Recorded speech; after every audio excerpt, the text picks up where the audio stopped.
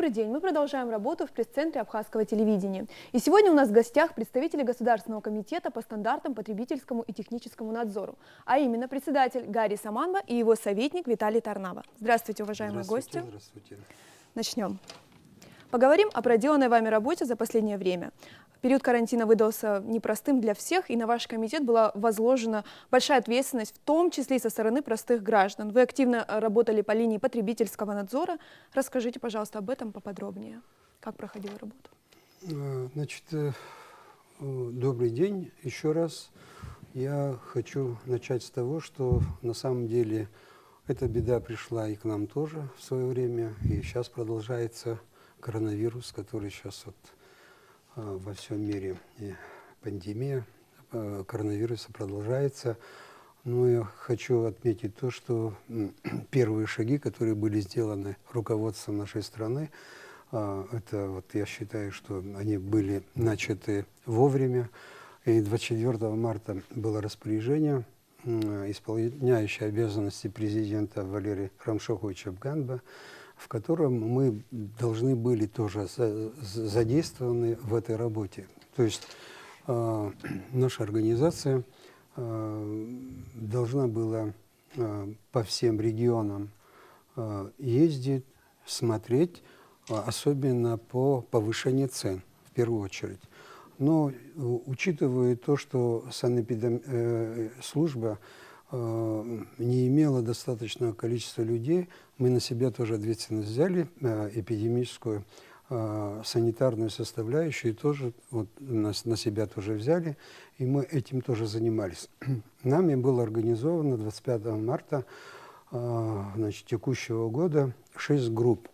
6 групп, в основном эти группы были, в группы были задействованы парни, молодые, которые недавно пришли работать в нашу структуру.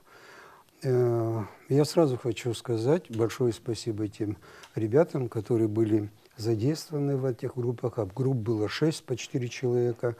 Это 4 основных групп, которые работали по районам. По Восточному району одна группа, по городу Сухум, Гудаутскому району и Гагарскому району.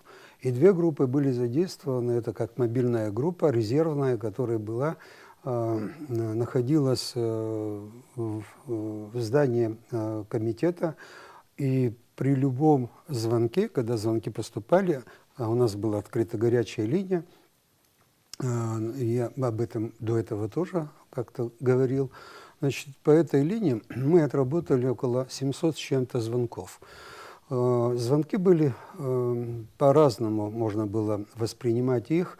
Иногда были ложные звонки, иногда были хотели проверить, мы находимся на линии или нет, но тем не менее мы всегда делали свое дело, и ребята выезжали по каждому звонку. Работа была проведена колоссальная, особенно в первые дни. На рынках, на территории рынков, на территории больших супермаркетов, больших магазинов.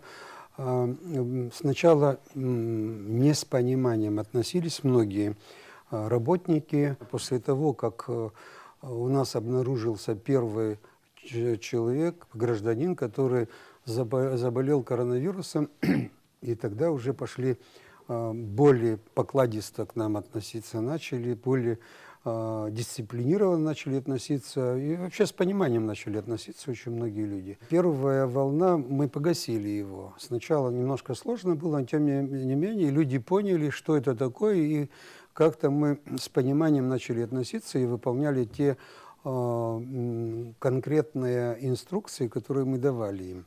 Особенно в начале вот этого периода мы много обнаружили со сроком годности, который уже прошло срок годности, товары с нарушением срока годности. Учитывая то, что мы, кстати, я хочу заметить, очень большую работу провели мы совместно с ОБЭПом МВД республики. Они очень серьезно подключились к нам, и когда мы совместные проверки проводили, это давало большой эффект. И мы в дальнейшем тоже будем стараться для того, чтобы вот с ними как-то контактировать. У нас это хорошо получилось вот именно в эти дни. И я думаю, что и в дальнейшем у нас контакты сохранятся, и будут у нас результаты неплохие. В общем, те значит, со сроком годности товары, которые уже просроченными сроками годности, что замечали, учитывая то, что у нас время даже не было, у нас фактически мы работали на профилактику, профилактическую работу мы проводили, люди инструктировали, как себя надо вести. В связи с этим у нас не было времени, нам надо было охват большой по району провести, и в связи с этим мы не успевали, допустим, заполнять, делать какие-то акты, писать или предписания делать, но тем не менее мы по ходу реестр заводили, и у нас сегодня достаточная картина, что вообще происходит в Абхазии. Можно вопрос по Да, просрочке? Действительно, в этом году комитет принял решение, ну, возможно, сообща с другими органами, что будут проводиться проверки товаров, вот ввозимых в Абхазию, на границе еще. И это какой-то эффект дало. И вот вы сейчас говорите о просрочке. Это те продукты, срок которых истек уже, когда они были на территории Абхазии. Вот немножко можно об этом? Да, это хороший вопрос. Я как раз вот могу сказать следующее по этому делу. Вообще не просто мы это сделали, то, что на границе поставили людей. Ну, по-всякому относились первоначально к этому вопросу, но мы поставили не из-за того, что нам так сильно хотелось. Мы поставили на границу людей для того, чтобы, во-первых, на границе поставили мы очень ограниченное количество людей, чтобы все понимали. Там по 2 человека стоят у нас на границе и проверяют только товары большегрузных машин. И товары, которые там на «Газелях» завозятся до 500 тысяч стоимости. Это товара. такие правила, да? Да, да. Ну вот мы такие вот товары пока так делаем. И мы пошли на это из-за того, что у нас в прошлом году при проверках обнаружили большое количество товаров на прилавках уже, со склада поступившие на прилавки, рыба, мясо и другие товары, которые были в срок годности намного просрочены. И в этой связи мы тогда, и учитывая то, что без нашей сертификации сегодня таможня не имеет права растамаживать груз. Вот вы представьте себе, мы находимся в городе Сухум, а груз находится на границе. Для того, чтобы его растаможить, надо для того, что кто-то должен приехать в город Сухум, получить сертификат и поехать обратно туда. Это нецелесообразно. Поэтому это тоже большое, в первую. Во вторую очередь, конечно, мы поставили туда людей для того, чтобы качество ввозимой продукции в разы улучшить, чтобы качество заходило с хорошим качеством. Да. Это очень важно для всего населения нашего. Результат. Результат какой? Я вам скажу. За несколько месяцев, там 2-3 месяца, например, то, что они первые 2-3 месяца, я уже следующее не говорю, потому что у нас начались эти движения. У нас было выявлено 1600 килограмм мясной продукции, 250 килограмм муки пшеничной, 630 килограмм сырной продукции, 507 килограмм творожной продукции, 34 килограмм кондитерских изделий, 40 килограмм рыбы, около 50 килограмм кури, куриные потроха. Это то, что мы обнаружили, сделали на границе. Да. Но у нас еще другая задача стоит. Завозили товары, вот, допустим, сегодня завозится, а срок годности пройдет через 3 дня. Да. Вот это очень самая главная задача наша, чтобы отследить вот эту продукцию, которая заходит и через 3 дня заканчивается срок годности. Раньше мы этого не могли делать, а сейчас у нас есть люди стоят, они уже фиксируют, и у нас есть мобильная группа, которая находится в Госкомитете, им передают эту информацию и уже дальше отслеживаем, потому что через 3 дня уже мы смело можем прийти, в тот склад, где разгрузился этот товар. Да, у разной продукции разные сроки годности Безусловно, тоже, да, если говорить о безусловно. молочной Но продукции. там- почему завозят такие продукции? Это схема, отработанная уже. Конечно, по бросовым ценам дают та продукция, которая срок годности почти, она должна уже заканчиваться. Еще на Ингуре поставили на посту. Это буквально после этого уже, это тоже организовать Как очень давно, сложно да? было. Это вот перед Новым годом фактически мы его поставили, пост. Там тоже интересные моменты, потому что летом, когда мы проверяли рынок, у нас очень много продукции, которая идет с Грузии. Значит, содержание нитратов очень высокое. Это имеется в виду виноград, яблоки, там, томаты, да, всякие. Вот. И мы в связи с этим, мы, конечно, сейчас у нас есть небольшая лаборатория, тоже своя, прототипная, и мы можем сегодня отслеживать. Сейчас она наглухо закрыта, допустим, да, но тем не менее, если что-то будет делаться в дальнейшем, то мы готовы, конечно, вот это вот барьер уже поставили и будем отрабатывать дальше эти вопросы. Это тоже очень важно, мы к этому очень серьезно относимся. Спасибо. Хотела бы вот еще повышение цен, может быть, кто желает продолжить. В первые дни карантина, вот в конце марта, тоже по горячей линии, насколько я знаю, к вам часто обращались люди, которые сообщали о повышении цен на продукты. Как вы с этим боролись? Я знаю, что достаточно быстро удалось привести ситуацию в нормальное Да, вот русло. я как-то говорил о том, что на самом деле первоначально вот, у людей паника была. Люди хотели избавиться от своего товара, хотели быстро, и многие люди рынулись на рынки, на торговые объекты. Естественно, у некоторых появилось, у торговцев в этот момент, использовать этот момент со своей стороны, вот, и начали цены повышать. Но мы постоянно начали показывать, особенно очень большую роль сыграло вот телевидение. Более того, когда даже телевидения с нами не было, мы начали сами снимать. Люди больше даже начали бояться именно телевидения, и с этим мы в течение 2 дней фактически мы эту проблему решили. А после этого уже звонки были, и на каждый звонок мы выезжали, и, как вы заметили, часто бывало, что это ложные какие-то. Даже были такие моменты, когда конкурирующие фирмы друг другу подставляли, и такое тоже было. К сожалению, ну, это уже другой вопрос, но тем не менее, я еще раз говорю, с пониманием отнеслись люди к этому. Скажите, но тем не менее, наверное, вот эти предприниматели, которые подняли цены в такой сложный момент, они находятся у вас на контроле? Ведь с моральной точки зрения тоже это неправильное действие. Кстати, вот я же еще раз говорю, то, что мы вот изучили, вот вроде бы это вот коронавирус, это страшная вещь, она пришла к нам, беда пришла к нам тоже, но с другой стороны, положительное в чем я вижу? Мы фактически изучили всю Абхазию, где кто чем торгует, и как они торгуют, и чем занимаются. И жители тоже помогли в этом. Совершенно верно. Вот самое интересное, вот у нас горячая линия, она не закончилась, у нас продолжается. У нас есть человек, который этим занимается, пресс-секретарь, это Аршпа Саида, который добросовестно выполняет вот эту функцию, и не только эту функцию. Но сегодня уже почему-то перестали нам звонить, как будто все закончилось. Понимаете, вот это меня очень удивляет. Почему? Потому что сегодня, если звонить будут уже без карантина, они должны назвать свою фамилию, свой телефон. А этого не хотят люди делать.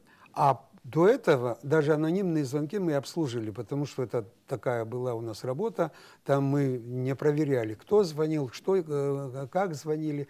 А на сегодняшний день уже нужно давать информацию о себе. Никто не хочет, редко кто это делает.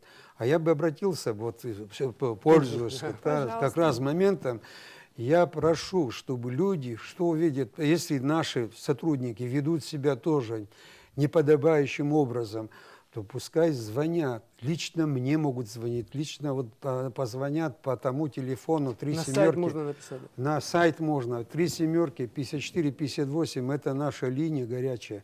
Пожалуйста, мы сразу же будем реагировать. Без разговоров. Потому что разговоров сегодня много запускают, а вот обращаться не хотят. Пускай обращаются. Мы сегодня уже, люди многие научились даже выбирать продукцию. Вот как-то мы уже стараемся приучить людей к тому, чтобы люди понимали, что вообще покупают. Это очень важно, и мы дальше будем бороться с этим тоже и работать на это. Спасибо. Продолжим тему карантина. Несмотря на то, что в Абхазии действуют пока какие-то определенные ограничения, уже дано разрешение на работу мест общественного питания. Да? Такое уязвимое место для распространения инфекции, ваша подконтрольная сфера, насколько я понимаю. Расскажите, пожалуйста, какой план действий вы наметили вот в этой связи, потому что меры действительно ужесточили контроля. Вот расскажите, как вы будете работать, сколько людей уже определено именно по этой работе. Буквально вчера я с Виталием Григорьевичем встречались с министром внутренних дел. Этот вопрос тоже вот как-то мы обсуждали.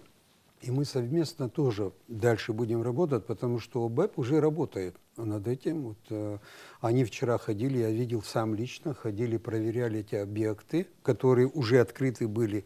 Не разрешено было, ну как-то открылись. Ну, все, тем не менее, вчера ходили, смотрели.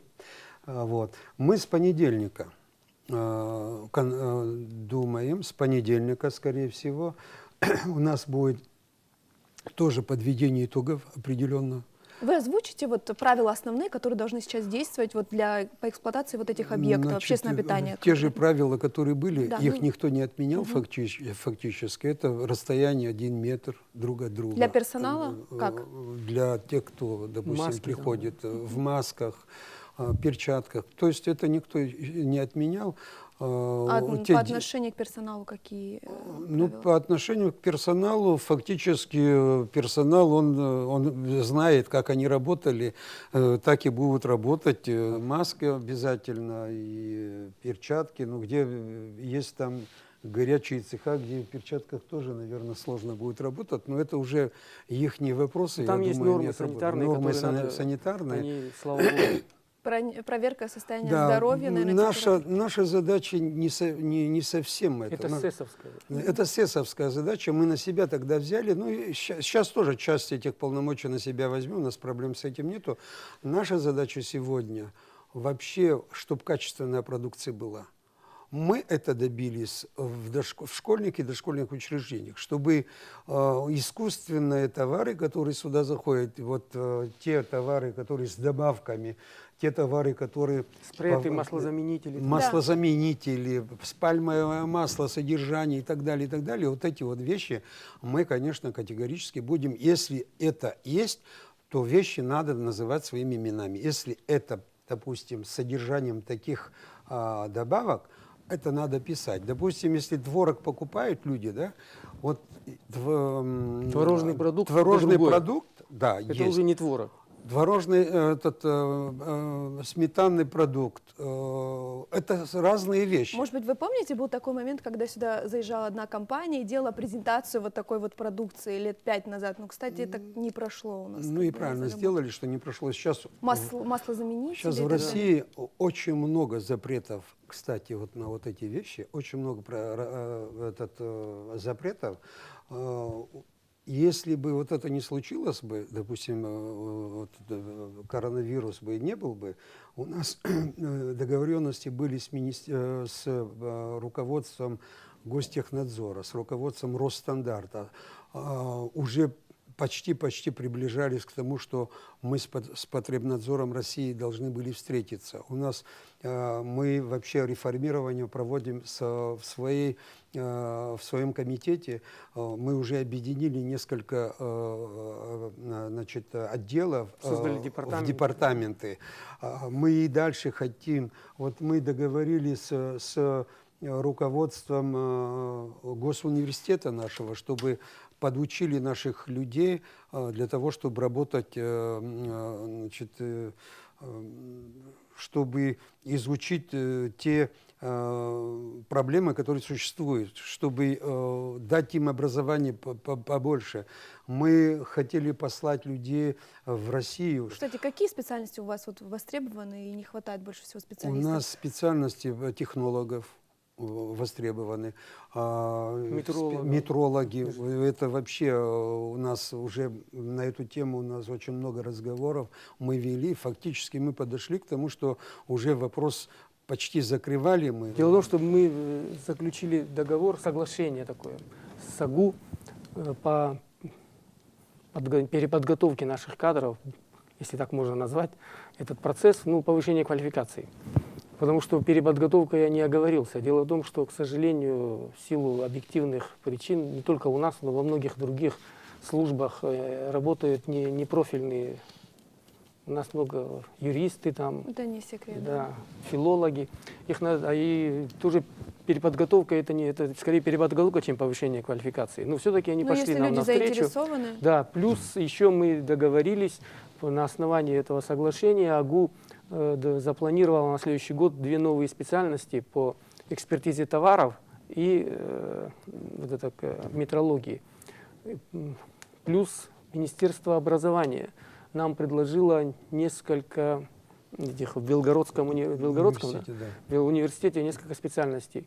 И мы обращались через наш сайт, через телевидение к выпускникам, кто хочет пойти, обратиться к нам с резюме. Мы посылаем уже от нашего имени бесплатное обучение, плюс постараемся, если бы мы планировали еще доплачивать им от нашего комитета, и это гарантированно через 4 года они получали работу. сейчас ситуация сложная, но тем не менее это актуально Это все равно актуально, будет. да. Это актуально, это есть в программе, но как реализуется... Решаемый да. вопрос. Еще один вопрос тоже. Вот мне интересно тогда ваши функции по контролю за другой сферой услуг, ну то есть другой области сферы услуг. Это там фитнес-центры тоже открылись сейчас, Да. салоны красоты открылись. Вы тоже осуществляете контроль? Конечно, Расскажите конечно. там вот как вы. Все объекты, где люди обслуживаются, ну, в сфере обслуживания, мы все должны проверять. И вот фитнес-центры тоже, там не только, допустим, мы можем проверить, у нас и техническое оборудование можем проверить, потому что технадзор у нас тоже. Вот как раз да, Не и- хватает специальностей. да, они тоже должны подключиться к этому делу, они будут тоже проверяться фитнес-центры. А салоны красоты мы и так проверяем. У нас вообще И какая с ситуация? 1 января Красота по увеличилась. 31 декабря у нас план работы есть. План вот работы. это да, мне План работы, да. План работы есть. И вот этот в плане они сидят, все вот эти вот, о чем вы Ну, говорите. насколько они добросовестно соблюдают, можно сказать? В большинстве своем. Ну, не совсем. Не совсем. Контролировать надо. Работы очень много у нас. Мы и дальше будем работать. У нас мы набрали молодых специалистов, особенно по салонам красоты. У нас есть девочки, которые в этом разбираются хорошо, и они сегодня тоже задействованы и будут работать и в дальнейшем тоже нормально.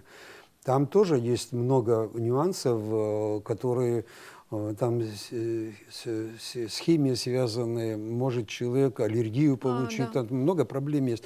Кстати, некоторые люди даже не понимают, что там тоже есть просрочки. Между Конечно, прочим, есть, да. просроченные. И вы это проверяете? Да, это тоже Конечно. мы То есть проверяем. косметическая Да, какая-то У нас в естественно. Косме очень серьезные специалисты Да. есть, которые с первого взгляда определяют Очень контрафакт. интересно. Там Мы фактически то, что нами сегодня сделано, я считаю, что нами мало сделано. Мы в дальнейшем должны еще очень много сделать. У нас много задумок для того, чтобы реформировать весь наш комитет. У нас есть такие У вас задумки. 8 подразделений, насколько я понимаю. Сейчас. Сейчас меньше, потому что мы же департаментами их сделали. Да. Объединили, да. Объединили. А почему объединили? Потому что Но тем было... не менее все они работают. Естественно. Они вместе работают сейчас. Допустим, было комитет был такой энергетический по энергетике и по технадзору. Кстати, очень интересно. Мы взяли их, объединили сейчас один департамент.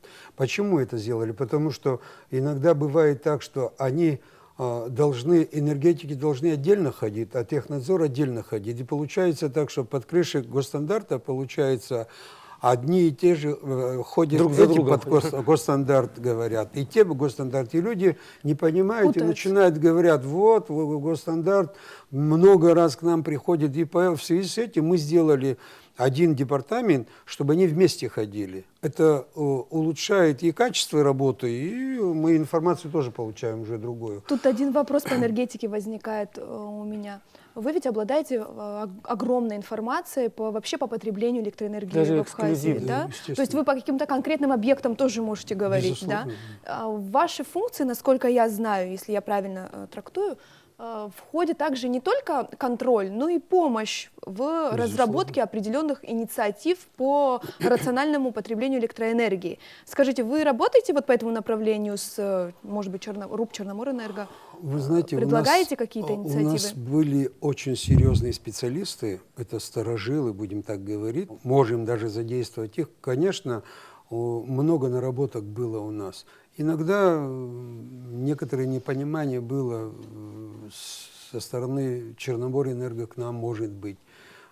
Такие тоже бывали моменты. Но, тем не менее, у нас работа в этом направлении тоже ведет. Сейчас, вот в дальнейшем, я думаю, у нас качественно улучшится работа с Черноморэнерго тоже. И, естественно, наши функции, которые есть, мы не тогда, когда, допустим, вот контрольные функции, которые у нас есть, не тогда, когда, допустим, кого-то убило, да, мы выезжаем, а наша задача в том, чтобы мы предупредили все эти моменты. Поэтому мы должны участвовать на стадии проектирования. Да, уже на этих стадии объектов. проектирования. Там у нас много вопросов юридических тоже коллизий было. Мы фактически эти вопросы уже решили на основании того, что у нас закон уже с 1 января начал работать об энергетике, а там не все было отражено. И в этой связи нам пришлось новые постановления делать. По уполномоченным органам нас особо никто не видел. Фактически сейчас все эти задачи решены, все эти вопросы решены, вернее, и те задачи, которые стоят, теперь уже нам легче решать юридическим путем тоже. То есть мы уже допущены к тем мероприятиям, которые будут делаться в дальнейшем для, допустим, того, чтобы подключить линию электропередач и так далее. Понятно. И еще один вопрос по другой вообще теме. Тем не менее, какая бы ни была сложная ситуация в республике, люди еще проявляют надежду, то, что состоится туристический сезон, Да. и что это не будет серьезно не усугубить обстановку в республике. И в этой связи тоже меры будут ужесточены, как я понимаю, контроля. И вы, наверное, планируете в связи с этим рабочую группу, как вы планируете? Значит, это очень работу хороший по вопрос. сезону? Я вообще оптимист, я полагаю, смотрю, что, что происходит. Все-таки я считаю, что курортный сезон все-таки будет. Если этот курортный сезон будет, а он, скорее всего, будет, то мы должны готовы к этому курортному сезону. И некоторые спрашивают, учитывая то, что происходит, может, вы как-то слабо проведете, не надо так усиленно, так тоже говорят. А я считаю, что наоборот, усиленно надо относиться к этим вопросам, особенно вопросам, допустим, фальсифицированных товаров, которые сегодня выпускаются в Абхазии. Это тоже вино, которое, извините меня, сегодня 21 век, и мы в полторашках на солнце продаем вина. А это вот ни в коем случае вообще нельзя допускать этого. Ни в коем случае. Почему? Потому что, во-первых, вино некачественное абсолютно, это там краска, спирт и так далее. Это мы проверяли, делали, знаем. Во-вторых, выделяет очень много канцерогенов вот именно пластиковая бутылка. Мы об этом говорили и прошлые годы. Но учитывая, что сегодня у нас в руководстве МВД молодые люди пришли, которые стремятся что-то сделать, и совместно с ними, я думаю, что этот вопрос мы решим. Это касающиеся, допустим, тех же продуктов, которые выпускают в Абхазии, без Рицинского сертификации, которые мы не позволим продавать.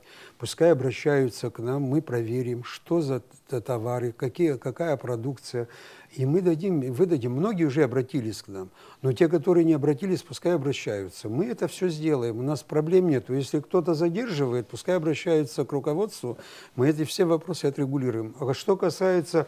А вот по эксплуатации объектов, размещения, общепит. Так это само собой Тоже разумеющееся. на особом контроле. Конечно, само собой разумеющееся. В первую очередь вот эти вещи мы должны сейчас обратить внимание. Еще перед тем сезоном мы пересмотрели наши ГОСТы, касающиеся гостиниц, средств размещения и так, в сторону облегчения. Уменьшили требования, убрали требования, еще оставшиеся в ГОСТе с советских времен, так как сегодняшние отели, вернее, и санатории, дома отдыха — это не те, что были раньше, условия, вообще все другое. Я думаю, что вот сейчас, учитывая, что нам предстоит необычный сезон, даже если он будет, мы планируем вообще выйти на, пока ждем, новое руководство по туризму, оно освоится, встретиться с руководителем и с ними и обговорить вообще новые правила, вот как соблюдать ту же дистанцию в условиях, например, наших гостиниц. Да. Вот как это все сделать и какие требования. Я думаю, это мы можем только совместно, проведя встречу с Госкомитетом и с реальными руководителями где-то на какой-то площадке, встретиться и обсудить, как и нам проверять их, и как им работать, и как вообще все это организовать. Потому что в такой ситуации мы еще не находились. И это все только творчески и договариваясь, можно решить эту проблему. Спасибо большое. Есть один вопрос, который я обязательно хочу осветить. Пожалуйста, да. Уже почти больше года наша энергослужба, Энергонадзор, занималась вместе с Черноморэнерго выявлением и отключением майнинговых ферм, которые работали вне законного поля, так как фактически это огромная возникла новая отрасль экономики, которая находится вне закона фактически. Хотя реально они никакой закон и не нарушают, по большому счету. Поэтому, пользуясь случаем, я вот хотел бы сейчас всем участникам рынка, государственным органам, ко всем обратиться, что это ненормально, когда мимо бюджета уходят такие деньги.